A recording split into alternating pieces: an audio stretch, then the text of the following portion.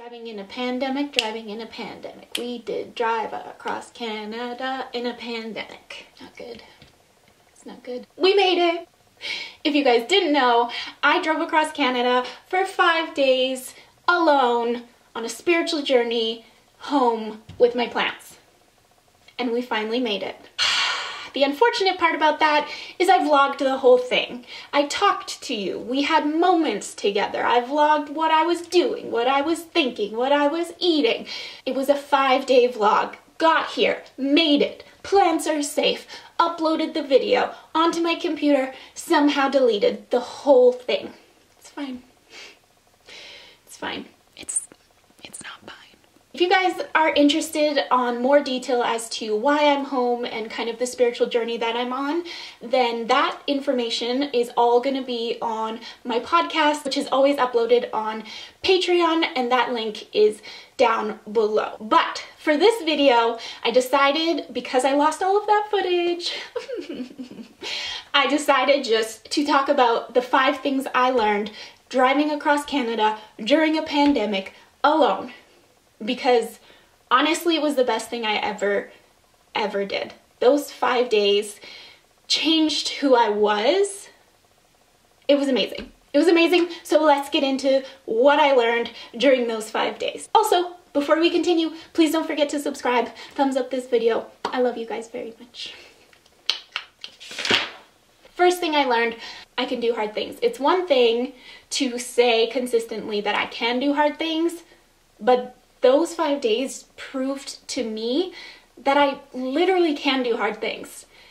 And if it's not hard for you, it was hard for me. Navigating the whole trip, driving alone for that many hours, staying in hotels alone, planning out which hotels to even stay at. It was a lot. It was overwhelming, especially for me because I struggle so heavily, if you don't know, with high anxiety. It was just such a beautiful process of learning that I can do hard things. By putting myself through something difficult, I realized I'm resilient. I proved to myself, I gained confidence that I'm resilient, and therefore I'm more prepared for when life throws the random dramas of life that happen. So that's the first thing. Number 2, we have to go back to go forward. And this is a reality I didn't want to face, and something I'll get into more about my podcast, because this is really the reason why I am home, and that is to deal with a lot of healing that I need to do. I think for a lot of the last 2 years, I had this idea that if I just keep moving, keep pushing forward, I wouldn't actually have to deal with a lot of the wounds that I have, and getting to a place in my life where I was like, I have to deal with this, and the only way to deal with this is to go backwards, and then I'll be able to move fully forward. As long as I was moving forward with these wounds I wasn't addressing, I wasn't truly moving forward. So the second thing I learned is that you have to go backwards in order to go forwards. Number 3. The third thing that this trip taught me so far is just control the controllables. And that is all, as human beings, we get to do. And as long as we are trying to control things that aren't in our control, we are going to experience suffering. So putting myself in a car for 5 days in order to drive across Canada, I really had to consistently be in a position to be like, I can only control what I can control. I cannot control the fact that it is storming rain outside. I can't see anything. I am anxious. I cannot control the weather, but I can pull over. I cannot control that this hotel kind of scares the shit out of me, but I can control the safety measures I put in place. Whatever it was, I had to constantly remind myself that I can only control the controllables. And the rest, everything else that is out of my control, I have to release. Because as long as I'm trying to hold on to it, I will be anxious, be suffering, be in this state of high anxiety. And that's something I'm trying to apply to my whole life. And it's very difficult. I don't have it nailed. I'm always trying to control things that aren't in my control. But I think daily practicing just being aware of only trying to control things that are in our control has been helping. Number 4, David Goggins' book, Can't Hurt Me, is one of the greatest books I have ever read in my life. And you guys know, okay, we know here on this channel, she likes a good self-help book. But this book, excuse my language, kicked my ass. And I listened to it every single day on this drive. And it really changed my perspective on mindset and how to overcome obstacles and move through pain, and how your mindset is absolutely everything when it comes to difficult things. So if there's one thing I could recommend with this trip, it's please read that book. The audiobook version. Oh, I guess I wasn't reading. Did I say reading? I wasn't reading while I was driving. That would be unsafe. I was listening to the audiobook. And this audiobook is incredible because at the end of every chapter, they do kind of like a podcast Q&A with David Goggins. And it gives you a whole nother perspective. So 10 out of 10 recommend.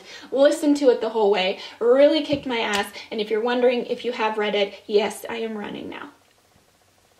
Last one. What this trip taught me as I packed my things at 29 into my car to drive across Canada alone, back home, to deal with unhealed things inside of me, that I am not where I thought I would be at 29, and I'm not where society accepts me or tells me I should be at 29, but I am on a beautiful journey that is right for me.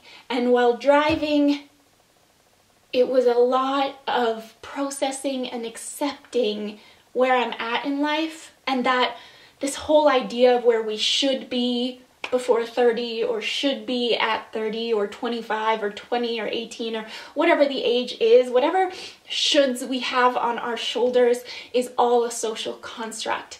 And the first and only thing we have to do is honor ourselves on our own journey.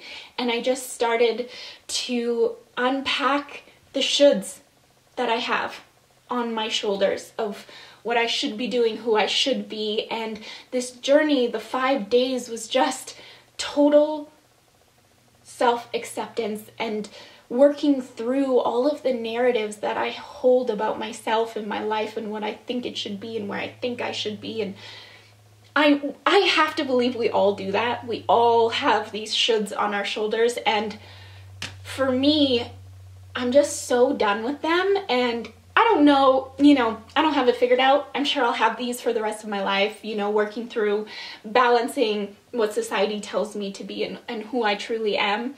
But the work I put in those 5 days to just be like, I'm not dealing with where life thinks I should be. Because to be perfectly honest with you, nobody has it figured out. Even the person, okay, when I say that and you say in your mind, no, this person I know has it figured out, they don't. Even if they have the life you think that they have, mentally you don't know where they are, or emotionally you don't know where they are. You don't know what they carry, what they deal with. Nobody has it figured out, and that is what's beautiful about life. And can we just finally burst that bubble that we're supposed to have it figured out? This journey also was just like, Gabby, you may never have it figured out, and that's okay. That's okay. Just give up this illusion that you're supposed to. We were going to a rant place, and I don't want to do that to you guys. Overall, those are the 5 things, the main 5 things I learned driving across Canada alone for 5 days. It was the most beautiful journey I have ever went on in my life, to be honest with you. And as much as I was upset when I realized I deleted that footage, I also realized that maybe the universe was saying that time was for you. That time was for you. And now I get to sit here after I've been here for about a week, processing the things that I have learned to kind of present them to you guys. So I don't know if that helped at all. I don't know if you can take anything from this video. I hope you can.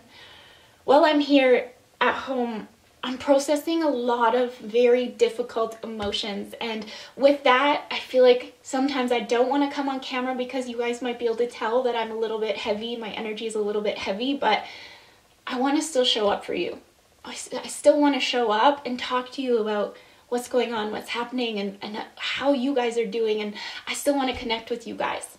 And I really believe that true connection comes from vulnerability. So I have to be vulnerable enough to get on here and be like, things are hard. Anyway, guys, if you want to know more about this journey, I unpack more on the podcast. Again, link down below. Love you guys very much. We're in this together. Life is hard. Things are hard. But we are brave. I love you guys.